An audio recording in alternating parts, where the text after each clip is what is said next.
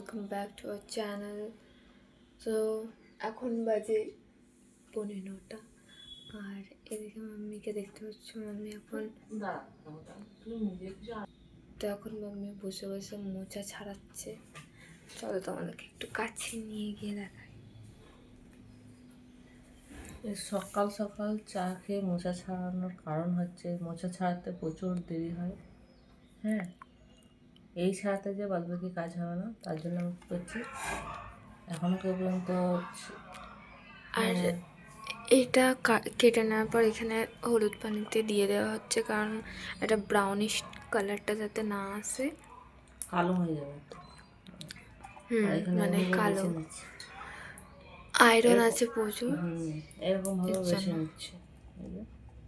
এই যে ফুল ছাড়াবে, অনেকজন অনেক রকম পদ্ধতি আছে, তবে আমি এই পদ্ধতি ইউজ করি।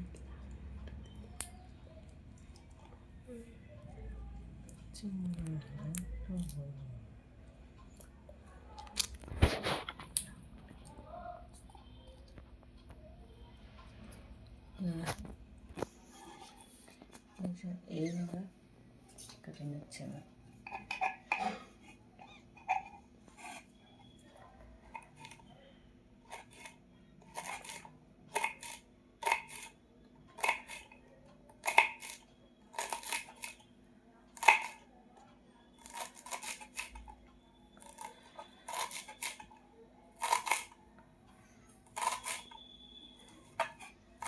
ওটাতে বেশ ভালো কাটা হচ্ছে, বটিতে অতটা কাটতে পারি না,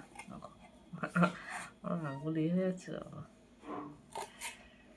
বটিতে সব সরে যায়। এখানে হলে তাহলেও ধরে বেঁধে কাটতে পারছি।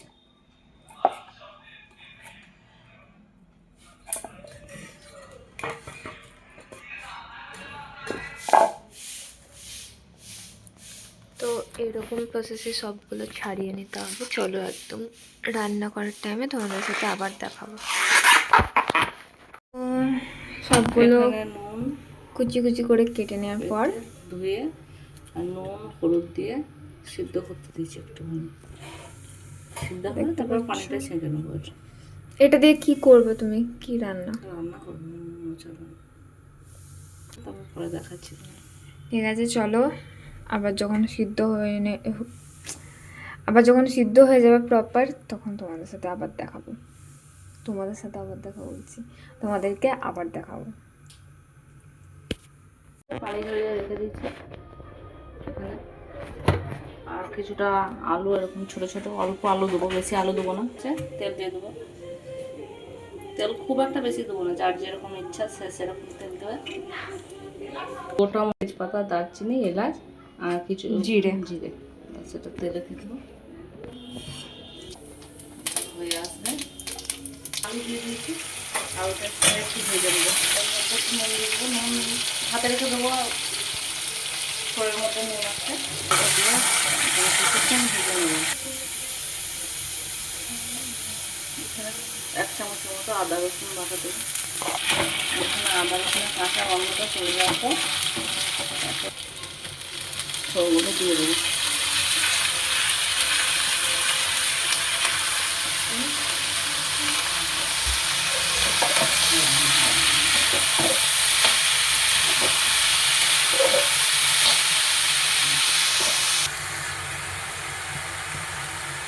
এবার আমি এখন মশলাগুলো দিয়ে দেবো।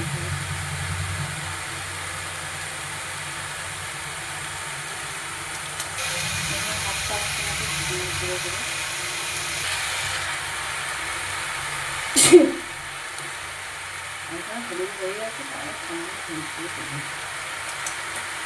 শুক্তো সময় হলুদ দিয়েছি না, ওই জন্য হলুদটা অতটা লাগবে না। আর মশলার মধ্যে মশলা কমই লাগে, মশলা যত কম হবে তত টেস্ট হবে।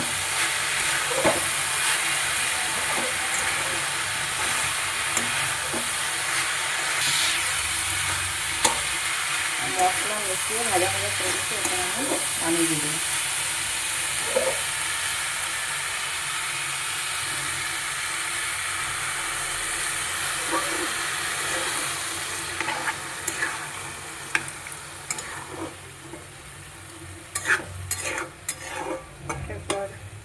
এগুলো কিছুক্ষণ স্টিম হতে রেখে দেবো। এবার আমি ঢাকা দিয়ে কিছুক্ষণ সিদ্ধ হওয়ার জন্য রেখে দেবো। কেজি পানিটা অনেকটাই শুকিয়ে গেছে। তারপর এই আলুগুলো আছে পুরো ভেঙে দেবো। আলুগুলো যতটা পারবো একটু ভেঙে দেবো।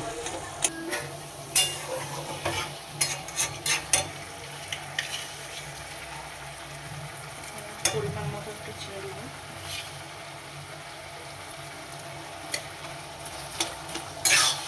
আমরা এখন কষটা একটা ছাড়াবো, সেটা খাওয়াবো না।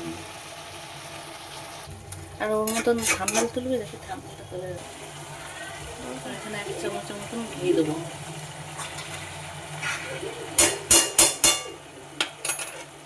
ঘি দিলে ফ্লেভারটা ভালো আসবে। এটা কিন্তু বাড়িতে একদম পিওর বানানো ঘি।